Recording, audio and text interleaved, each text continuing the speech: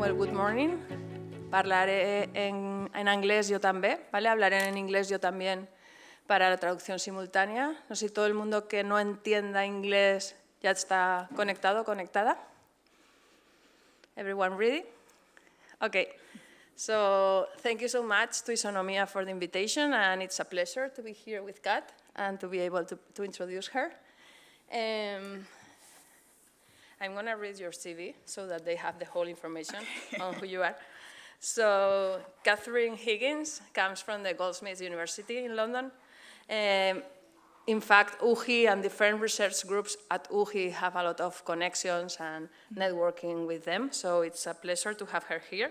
She's a lecturer in global digital politics in the School of Media, Communication and Cultural Studies. She's a member of Goldsmiths Center for Feminist Research and a co-director of the Chase Gender and Sexuality Studies Research Network.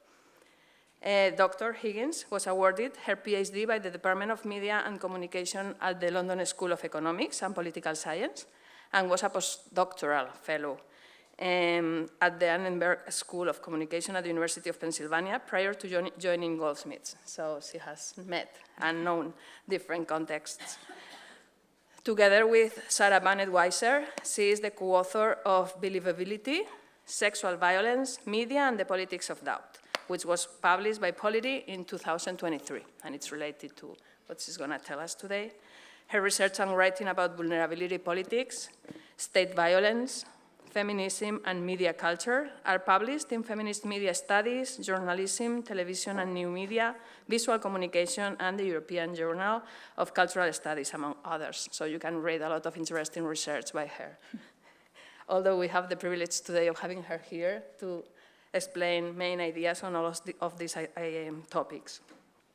She is as well the recipient of 2 top student paper awards from the International Communications Association and was awarded an early career research fund grant by Goldsmiths in 2025. I have to say all of this.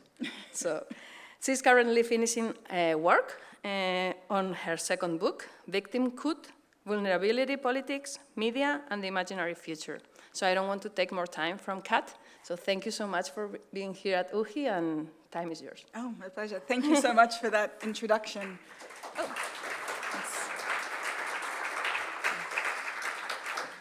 Good morning, everybody. It's a real pleasure to be here. I want to just quickly thank the Isonomia Foundation for this invitation, Emma for inviting me, and also Maria Jose and Ana and Gemma and everyone who's put so much work into organizing today's conference. It's a real privilege and honor to have been invited to join you. Okay, so I'm going to get started. Going to cast our minds back just a couple of years to begin with. So in 2023, as I'm sure many of you remember and perhaps followed at the time, the American writer and advice columnist E. Jean Carroll prevailed in a high-profile sexual assault defamation case against then-former, now current US President Donald Trump.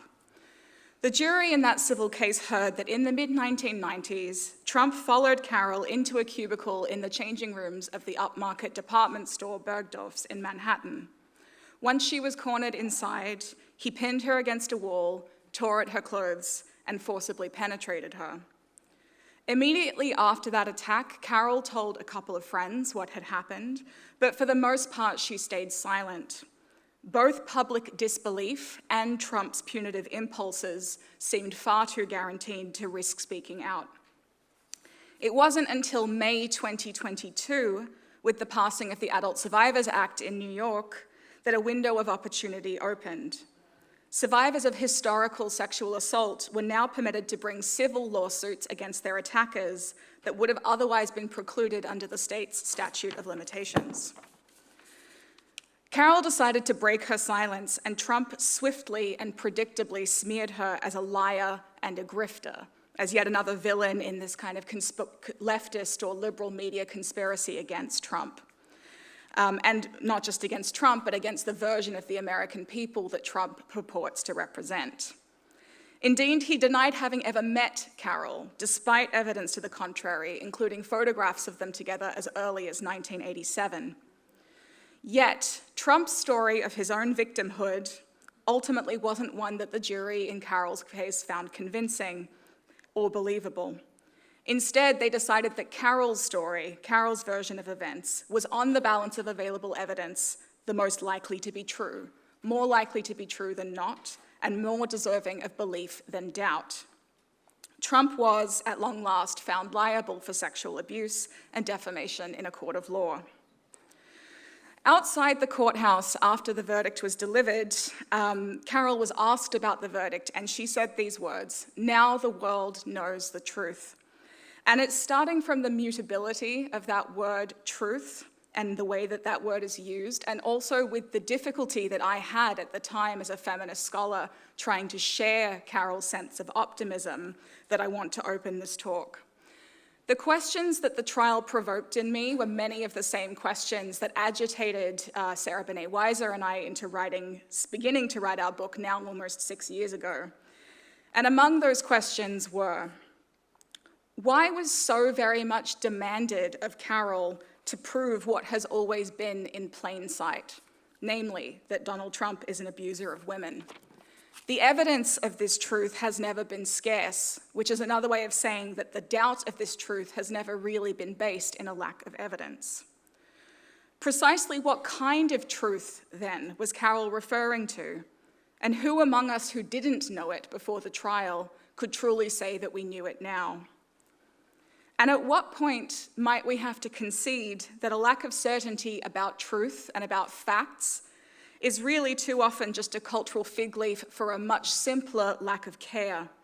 Care about what the disputed truths of sexual violence might have to tell us about the world and about the way that women and other marginalized subjects live their lives within it. These were the questions that I was asking at the time about the E. Jean Carroll trial, but since there have been countless other cases where the same questions keep recurring. Among them, of course, are the assault of Spanish football player Jenny Hermoso, which was rigorously denied and discredited despite occurring in front of a crowd of thousands and being broadcast on television to millions of witnesses. And then most recently in the United Kingdom, where I live and work, there are the allegations of rape and sexual abuse against Andrew Mountbatten Windsor, formerly Prince Andrew. Testimonies of Andrew's violence against women and girls have been in public record for decades, and yet it is only now, with the tragic death of his most public and prolific accuser, and as her posthumous biography starts to hit the shelves, that he is facing any real consequences. So the questions recur to me again. Why is so much required of survivors to prove that which already exists in the world of the obvious? In 2017, the viral #MeToo movement unleashed a torrent of stories of sexual harassment, abuse, and assault into the public sphere, into the digital public sphere. And through the sheer visibility of the movement, many hoped that we might be witnessing a new redistribution of the benefit of the doubt as it relates to sexual violence, away from powerful men who have enjoyed the benefit of the doubt as a historical prerogative and towards those over whom they wield social and economic power. Yet this historical moment also coincided with another, one marked by discourses of fake news and alternative facts, and characterized by growing anxiety about the very status of truth in public culture. Reflecting this double movement, feminism was named Word of the Year in the English Merriam-Webster Dictionary in 2017, newly amplified by movements like Me Too. While just 1 year earlier, in 2016, the Oxford English Dictionary's Word of the Year was post-truth.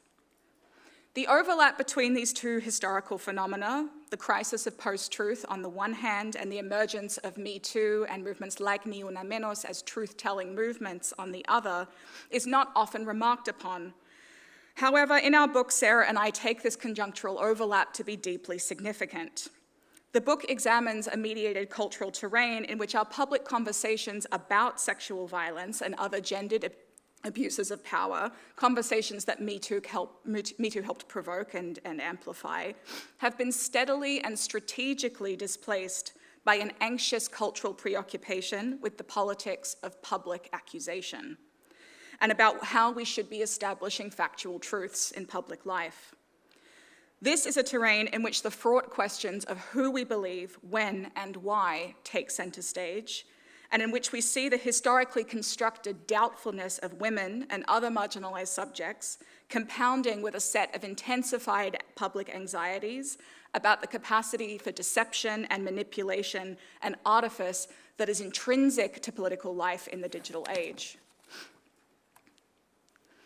In the book, we theorize this terrain as a mediated economy of believability, and we position this economy as the context for contemporary struggles over the truth of sexual violence. Here, within this economy, believability appears as a commodity that is officially available to all people, and yet which different subjects are unevenly positioned to access and secure. Attaining public believability is, in this sense, both a question of subjectivity and of performance, of who one is and how closely one's identity and subjectivity have been constructed vis-a-vis concepts like honesty and credibility and objectivity and trustworthiness, but crucially also what one does or how hard one labors within digital culture to secure believability through different kinds of evidence, performance, and increasingly, we argue, consumer behavior. Believability thus has a very clear double meaning. It is both the capability of being believed, that is, having a believable subjectivity, and it is the quality of being convincing, that is, engaging in a believable performance. And in an economy of believability that is structured by race, by gender, and by the commercial logics of media platforms, as Sarah and I argues that ours is, these two elements of believability come together to negotiate what ends up counting as the truth when it comes to accusations of sexual violence and misconduct. The economy of believability is also our way into understanding what we see as an accelerating public backlash against Me Too and against feminist speech about sexual violence in general. Of course, outcries about Me Too and movements like Me Too having gone too far have existed for as long as these movements have existed. But as I'm sure you'll have noticed, we've been witnessing a rather jagged spike in public campaigns designed to position women who speak out about sexual violence as liars, as manipulators, and ultimately as themselves abusers of vulnerable men who have weaponized the injunction to believe women for personal gain. Amidst the surging popularity around the world of far-right parties and movements, especially amongst disenfranchised young men, we are also witnessing a broad public backlash against feminism. In the book, Sarah and I argue that this backlash has been galvanized in a context of post-truth politics, insomuch as it harnesses doubt as its primary cultural resource, and it weaponizes doubt to try to return sexual violence to a post-truth frame. This is a frame that appropriates growing anxieties about digital public life to insist not only that most or even all accusations are likely false, but much more fundamentally that sexual violence itself is broadly irresolvable as a matter of public fact, and so ought to be excluded from the concerns of public life. This is really the crux of our analysis in the book, and it's a point that I'll return to a little bit later. So criticisms of Me Too and of the practice of public accusations of sexual violence more broadly that foreground the power of digital media often hinge on a common complaint. And that complaint is that the hyper-mediated spectacle of public accusations spurred by Me Too has undermined the criminal justice system as the quote-unquote rightful place for the evaluation of such accusations of criminalized sexual harm and for the allocation of punishment. At the core of this complaint are anxieties about which forms of evidence ought to bolster believability. Now, especially that such evidence can be freely circulated online and that public bids for belief can be made without arbitration or intervention by institutions of the state. Variously described as mob justice, mob rule, the court of public opinion, trial by media, or even trial by Twitter, when it was still called Twitter, these discourses position the mediated economy of believability as one in which accused men, but especially accused men in positions of institutional power, are, in the aftermath of Me Too, at a particular structural disadvantage. This is the claim. We frequently hear that powerful men can now have their lives ruined by unsubstantiated public accusations, even if, and perhaps especially if, that allegation never makes it to a court of law. A common narrative, then, between, on the one hand, angry misogynistic backlashes against movements like Me Too, and on the other hand, those movements' greatest celebrators, is this idea that trials by media somehow rebalance the economy of believability in ways that allocate new advantages, justly or unjustly, to women and to other marginalized subjects. The backlash narrative thus has two core components. First is the claim that media, and especially digital media, engenders a politics of doubt that is radically different from that of the criminal justice system. And the second core component is that this politics is one that disadvantages powerful white men in struggles over truth when they relate to sexual violence in ways that are both specific and unacceptable. This is the narrative that has underpinned, for example, the viral hypermediated defamation trial between Amber Heard and her ex-husband Johnny Depp, which I'm sure many of you also followed at the time. Depp, as you'll remember, had been accused by Heard, but not by name, of domestic abuse and sexual assault. Heard, who was a prominent Me Too advocate, faced vitriolic abuse and harassment online from Depp's fans and supporters, many of whom positioned the trial as a moment of reckoning, not just for Heard, but for Me Too more broadly. And this was a moment of reckoning, they claimed, in which the superior truths of the courtroom would prevail over those of the mediated public sphere. And as I'll discuss later, this is a narrative that has really been picked up with enthusiasm by a coalition of internet-savvy far-right politicians and manosphere influencers who frequently make appeals to men, and especially to young men, by suggesting that these men have been victimized and dispossessed by feminism. And so here we have a kind of a template of that narrative that has since sort of gathered steam. The hypermediated trial between Depp and Heard is just one example of what we see as a much larger moment of backlash, in which men of power and means are turning to the institutions of the state to try to restore their public believability.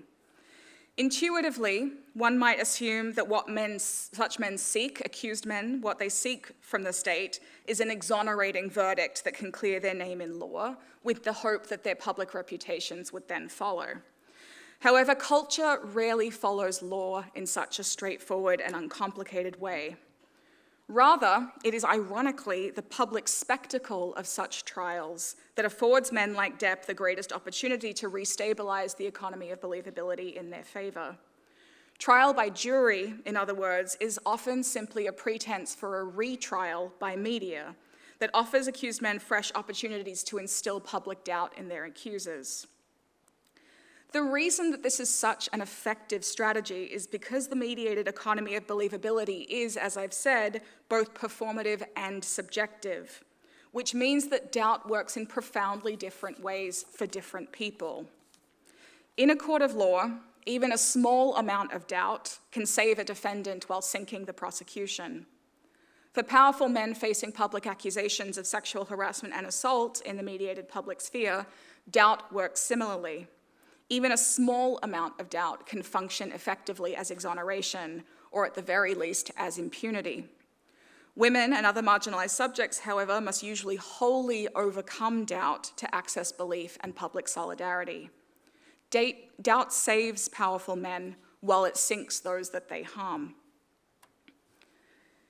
In the book, Sarah and I theorize the mechanics of this backlash through the lens of what we call the digitization of doubt. We use this phrasing to broadly capture the incremental rerouting of the economy of believability and its attendant labors through digital technologies and platforms. While we look at a variety of other domains in the book, we look at representations of believability in popular media, we look at the emerging marketplace for anti-sexual violence products and services, I want to particularly focus on the digitization of doubt today. Looking at the digitization of doubt, we ask the question of how doubt is constituted or disrupted, of what it is that makes doubt, and so what it is that might unmake it. This is a question about evidence, and more specifically about the symbolic and technological resources needed to position different kinds of evidence as more or less doubtful, or more or less recognizable as something that we might be able to call proof.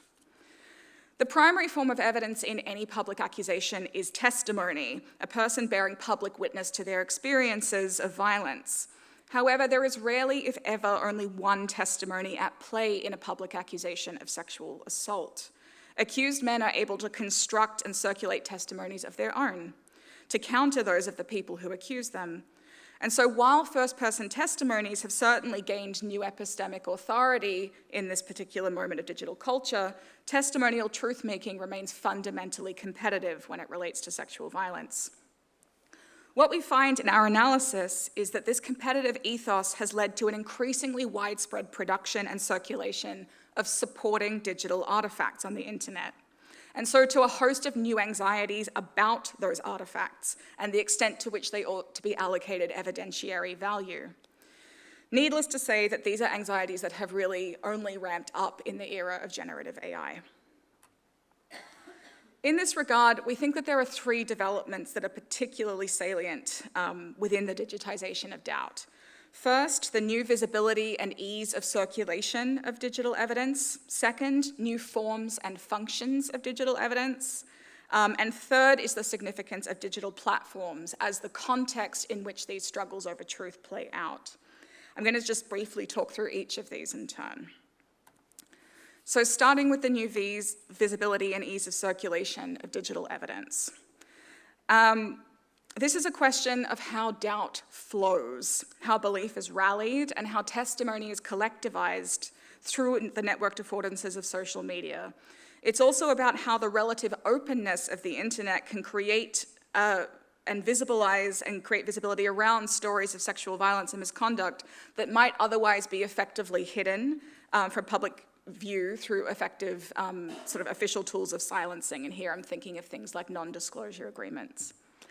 These narratives, this idea of new visibility and ease of circulation, has been key within optimistic accounts of movements like Me Too and what Me Too has been able to achieve for feminist politics. However, we find that the apparent democratization of public speech and visibility that emerges in the digital media landscape also means that it is easier than ever for other users to cast doubt on marginalized subjects, including people who speak out about sexual abuse. As a result, opportunities for rallying public consensus, again, if not in actuality, if not in reality, around alternative facts have also expanded dramatically. So too have opportunities for visibly attaching clout to doubt by means of likes and shares and comments. The very same strategies that enable collective witnessing and solidarity amongst survivors, public testimonies, hashtag campaigns, likes, shares, etc., are equally available for the harassment and repression of survivors. The solidarity-building capacities of social media, in other words, are an affordance without an inherent politics, and they can work just as easily for power as against it, perhaps even more easily given the way that believability is subjective and the way that the subjective and performative dimensions of believability shape one another. So this video that was made by actor, comedian, and manosphere influencer Russell Brand, who's a British citizen, which I don't recommend watching if you value your sanity, is a very clear case in point of this argument. Brand, who is extremely popular with young men online and depressingly only seems to get more popular, has been charged with multiple counts of rape and sexual assault following allegations by 4 unconnected women published as part of a joint investigation by The Times, The Sunday Times, and Channel 4 dispatchers in the UK. Brand has pled not guilty to all of these charges and is currently awaiting trial. When the allegations were made public over a year ago, Brand dismissed them as a coordinated media attack on his reputation, provoked, he claimed, by his criticism of journalists and media institutions, in which he described a time of promiscuity in his life being twisted to suit, quote, another agenda. In this conspiratorial video that he posted to his Twitter account, he urged his followers to stay close and stay awake, using the tried and tested technique of positioning the choice to believe women's testimonies as a failure of critical thinking and media literacy. The way that Brand chose to respond to these allegations through media is a very clear illustration of a new playbook for accused men in the aftermath of the Me Too movement, and within an evolving post-truth digital rape culture. Brand first appropriates a Me Too testimonial script by discussing this time of promiscuity in his life, but then goes further, appealing to his audience's distrust of media, urging them to stay awake, and invoking an ominous yet unspecified sense of conspiracy in order to place the allegations and the mounting evidence in support of the allegations under a specter of intractable doubt. No matter how much evidence emerges, he insists, you'll never be able to trust it. The second key dimension of the digitization of doubt is about new and emerging forms and functions of digital evidence, and how these are at play within believability struggles. So as I mentioned earlier, and as I think the Russell Brand case also helps illustrate, testimonial truth-making remains fundamentally competitive in digital culture, and so struggles over what kind of objects, digital objects, can count as proof of sexual violence or abuse have really taken center stage as a supplement to testimonial truth-making. In this context, digital media become both tools for producing new kinds of supporting evidence and for circulating that evidence within a mediated economy of believability. The proliferation of this kind of digital evidentiary artifact has become so sort of notable in public culture that it has earned its own nickname, which is the receipts, a term that in this case refers not to proof of sale, as with a regular receipt, but to proof of occurrence. It's a historical receipt. Historically, the most obvious and common form of the receipt was a photograph and then later a video. Testimonial artifacts that, as Susan Sontag famously argued, are able to position themselves as being representationally innocent and therefore somehow implicitly free of bias. However, these types of classic receipts have been joined by newer forms, screenshots of text conversations, deleted but archived social media posts, and other digital copies that can be used to try and prove that events at the center of an allegation did in fact take place. In believability contests that hinge in a relatively simple and uncomplicated way on whether a given event did or did not take place, digital receipts can often be used to performatively bolster survivors' believability by mitigating the sense of doubtfulness that is often fused to their subjectivity, either as women, as queer subjects, or as another kind of marginalized identity. Receipts are, in other words, routinely positioned and promised as superior forms of evidence, as better proof than women's testimony, which is still too often positioned as no proof at all.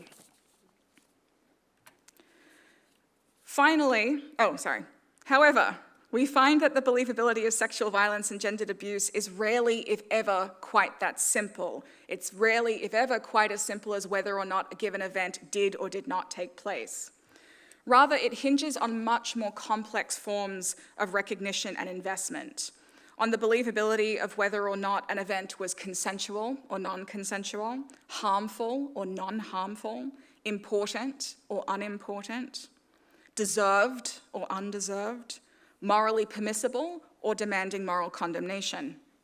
And so, these digital evidentiary artifacts rarely speak for themselves in public believability struggles, but rather they are spoken for and spoken with through the ways that they are remediated and narratively recontextualized. So I have put a few examples up here, but just to touch on them very, very briefly, in both the Jenny Hermoso case and the Amber Heard case, the same video was used to prove both consent and the absence of consent, depending on how it was mediated. And then in the Jonah Hill case, there was a rather appalling decision to take some of the testimony of his accuser and turn it into merchandise that he then sold. So we're truly living in the end times, I think, when it comes to these developments. But we can come back to this maybe in the Q&A. So receipt making and receipt sharing, in other words, are forms of believability labor that are equally available to survivors and to those that they accuse. Yet, receipts agitate our cultural unease with the capacity for deception, manipulation, and artifice that is inherent to digital media in ways that can only ever be detrimental to the believability of survivors. Despite the optimistic way that these types of receipts have been positioned in the aftermath of Me Too, receipts often remain ultimately subservient to a subjective politics of believability that is reproduced through practices of interpretation and recontextualization and meaning-making that continue to position women as manipulative, as dishonest, and as fundamentally unbelievable. And then the final way that I want to discuss that doubt works differently in the current moment as it relates to sexual violence is about digital architectures and the commercial logics that structure platform environments like Facebook, Instagram, Twitter, YouTube, and increasingly TikTok, where a growing and, I would say at this point, the majority of believability struggles now take place. Kelly Cotter and her colleagues have described this as a platformization of truth, while Nalanti Hiwa describes it as platformized survivorship. In dialogue with these authors, Sarah and I have proposed that it also engenders a platformization of doubt. We saw a striking illustration of this in the platformized believability contest between Depp and Heard. Acts of mis and disinformation played a key role during the social media campaign against Heard, and these ranged from things that were easily disproven, such as the claim that she had used an extended quote from the film The Talented Mr. Ripley in her testimony, which was just simply not true and easy to prove that it was not true, to, on the other hand, things which are officially unconfirmable, but no less absurd, such as the story that she snorted cocaine while on the stand, which the claim was accompanied by a photograph of her wiping her nose with a tissue. Of course, these things chime with our broader argument about the subjective character of believability, as these acts of mis and disinformation didn't really take aim at factual or claimed factual inaccuracies in her testimony, but rather at Heard's character. However, the easy spread of these claims across social media also speaks to the commercial logics that structure platform environments and how those logics are structuring the economy of believability in turn. Such claims, in the words of Talat Gillespie, emulate that which the platform most wants to distribute, not only because they are sensational and attention-grabbing, but also because they work with, rather than against, the same networked misogyny behind the ravenous online spectatorship of the trial. According to research from Cyabra, the online reach of pro-Depp social media posts was approximately 100 times that of those supporting Heard during the trial, and thus, whether produced by a human being or by an army of bots, and there's evidence to suggest it was both, posts attacking Heard were, simply put, the safest commercial bet for those who were looking to monetize the spectacle of the trial for financial gain. What we find in the platformization of doubt, then, is a disturbing harmony between the economic logics that structure platform environments on the one hand and the intractable doubtfulness that helps keep sexual violence within a post-truth frame on the other. Public accusations are most easily monetized in the attention economy when they are kept controversial and spectacular. The former, controversy, resists resolution by keeping doubt in the water, maintaining the very post-truth framing of sexual violence that we argue is a central feature of contemporary rape culture. And the latter, spectacle, puts continued pressure on our capacity to recognize sexual violence as a banal, everyday expression of patriarchy, rather than something that is spectacular and it happens only exceptionally. So where does all of this leave us in terms of thinking about the political afterlife of the Me Too movement, thinking about possible futures of sexual justice, and thinking about the significance of digital media to both, especially as these questions relate to young people, which I understand is the focus of our conference today. Of course, denial and discreditation have always been in the arsenal of patriarchy and have long been deployed within rape culture. But what we're attempting to explicate in this analysis is something that goes further and runs much deeper. As cases like the Depp-Heard defamation hearing or the Russell Brand allegations or any of the other cases I've discussed today help illustrate, there is a renewed sense of kind of boldness and strategic clarity amongst men accused publicly of sexual harm, who now capitalize on the visibility of these accusations to position survivors as liars, as manipulators of public trust, and ultimately, if we follow that argument through to its logical conclusion, as survivors themselves as abusers of vulnerable men who have weaponized the injunction to believe women for their own personal gain. As our focus in this symposium is on gender-based violence and young people, it's worth briefly highlighting how there are particular risks in this post-truth reversal of victimhood when it comes to young men. Young people, we know, now receive an overwhelming majority of their news and information from social media, and they have less trust in traditional journalism than almost any other group. Their political subjectivities are forged in platform environments and fundamentally shaped by their logics, and their awareness of the omnipresence of deception and manipulation in platform environments is very, very high. Meanwhile, for young men, these platform environments are also saturated by networked misogyny and dominated by male influences who fuse young men's anxieties and frustrations with a wider repertoire of reactionary and far-right grievances, including, but certainly not limited to, vitriolic anti-feminism. What emerges is a persistent and highly persuasive narrative of male victimhood that provides young men with a culprit other for their pain. And that culprit other is progressives in general, women in general, and feminists in particular.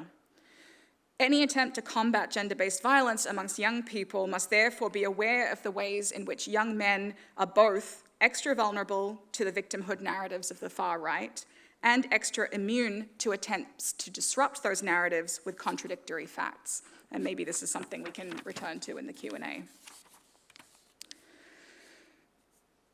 What I've outlined here is not so much an undoing of the Me Too movement as it is a new chapter in the very same rape culture that the movement tried to push back against.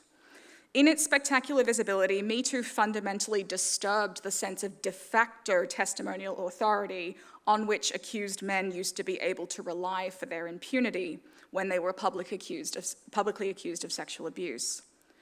But what these accused men have since realized, I think, is that uncertainty, too, works along axes of power, and that being wholly above doubt is a standard of truth to which only the most marginalized in society are ever actually held. Thus, we conclude that this mounting backlash against feminist activism, against sexual violence, has been galvanized in a context of post-truth politics, insomuch as I've said, it harnesses doubt as its primary cultural resource, and it weaponizes doubt to try to return sexual violence to a post-truth frame. And by a post-truth frame, we mean a frame in which it is lamented, yet routinely asserted, that sexual violence is broadly irresolvable as a matter of fact, personal fact, moral fact, or social fact. Yet at the same time, and this is really where things start to get sticky and complicated, this anti-feminist backlash continues to construct its own sense of legitimacy using the rhetorical building blocks of post-truth's loudest critics. For example, through impassioned appeals to the importance of facts, of evidence, of a sense of due process, as defined under the frameworks of the criminal legal system. So uncertainty, in other words, need not and often does not result in uncertain consequences. Clearly, powerful men accused of sexual harm are subject to more doubt in this current moment than perhaps they have been at any other moment in history. But the constructed irresolvability of sexual violence itself still too often works in practice as impunity for those men. And so too, it looks like belief in all of the ways that belief is politically consequential. This is why believability is a problem that we have to stay with, and why a fixation on finding new ways to know or to prove the truth of sexual violence beyond doubt is ultimately a distraction.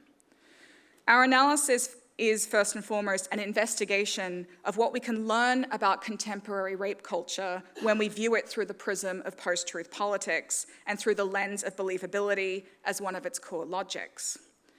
An uncomfortable yet essential conclusion in our analysis is that there is no getting away from the problem of believability in mediated public life, nor is there any easy dislocation of the true and the believed when it comes to facts of sexual violence. Of course, truth and facts and evidence matter, but how and how much they matter, where and when and why they matter, remain expressions of power relations, and specifically, they remain expressions of a gendered and racialized economy of believability that continues to allocate unfair advantages to men, to whiteness, and to wealth within believability politics. Believability, we show, can't be easily fact-checked because it is not primarily about facts, but rather about who those facts pertain to and whether those people are seen as being deserving of the kinds of recognition, solidarity, and care that believability can afford. This is why reimagining and remaking the mediated economy of believability in ways that is more resilient to relations of domination and exploitation, and more cognizant of sexual violence as a characteristic expression of patriarchy rather than an exceptional one, and not just patriarchy, but also white supremacy and capitalism. Remaking the economy of believability is, we argue, an urgent task for feminist liberation. However, as much as our book is a book about what we learn about rape culture when viewed through the prism of post-truth politics, we hope it is also a book about what we learn about the problem of post-truth politics when we view it from the vantage point of rape culture, and so from the vantage point of historically unbelievable subjects. Believability marks the point at which we choose to suspend doubt, and that point has, as feminist and anti-racist scholars have long documented, always shifted in accordance with power. However, the gendered and racialized economy of believability and its attendant politics is taking on new social significance in a digitally mediated society wherein almost everything seems so much more doubtable than it once did. From image filters and deepfake videos to the rapid innovation of generative AI, both for images and for text, ours is a media culture in which almost everything can be convincingly faked, and so in which our anxieties about being tricked or deceived or manipulated can tend to steadily mount, ripe for strategic exploitation. Believability, we argue, is consequently being reaffirmed as one of our most important political currencies and one of our most pernicious political fault lines. Thank you.